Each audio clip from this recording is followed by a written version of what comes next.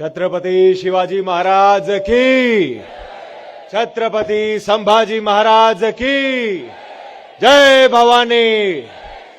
ओम नमः पार्वती पतये, हर हर महादेव। नमस्कार नमस्कार नमस्कार। सबसे पहले मैं धन्यवाद कहना चाहूंगा श्री देवेंद्र फडणवीस साहब का, जिन्हें हम प्यार से महाराष्ट्राचा लाडका देवा भाऊ पण म्हणतात। Thank you sir, thank you. आपने ये सौभाग्य दिया मुझे, मेरे दोस्त हमारे प्रोड्यूसर दिनेश विजन साहब को यहां आने का, इस समारोह का हिस्सा बनने का और एक शुभ दिवस का हिस्सा बनने का। Vinod Patil ji, thank you so much और many many congratulations to you. आप ये इतना कमाल का जो समारोह आप 3 साल से कर रहे हैं, आई विश एंड प्रे कि और कई साल ऐसे ही जाएं और ये बड़े से बड़ा होता जाए और मैं हर साल उसका हिस्सा बन पाऊं।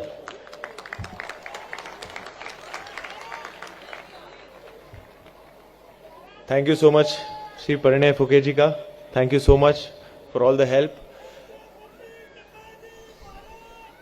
जय। आप सभी को छत्रपति शिवाजी महाराज जी की जयंती की हार्दिक शुभकामनाएं। 19 फरवरी 1630 को एक शेर ने जन्म लिया था।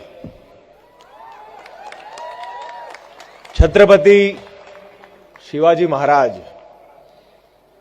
ये सिर्फ एक नाम नहीं है,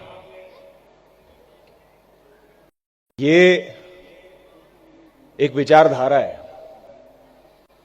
और ये सिर्फ एक ऐसी विचारधारा नहीं है जो महाराष्ट्र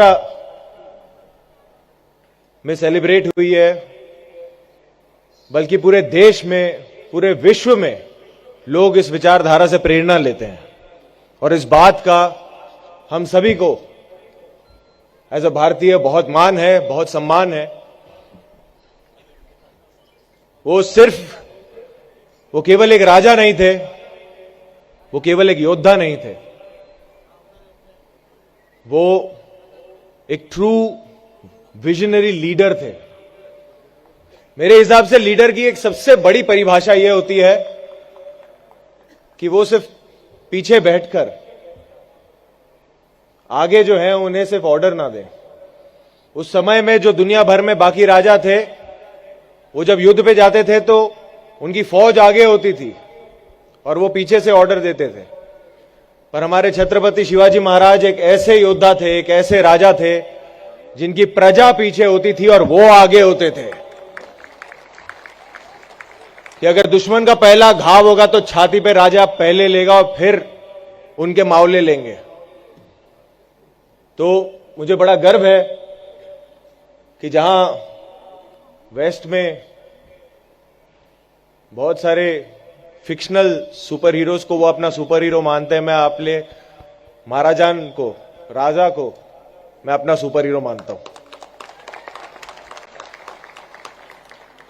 मुझे आज यहां आने के लिए बेहद खुशी है। आज मेरे लिए बहुत स्पेशल दिन रहा है क्योंकि मेरे दिन की शुरुआत आज शिव जयंती पे पहले रायगढ़ किले पर जाके मेरी दिन की शुरुआत हुई।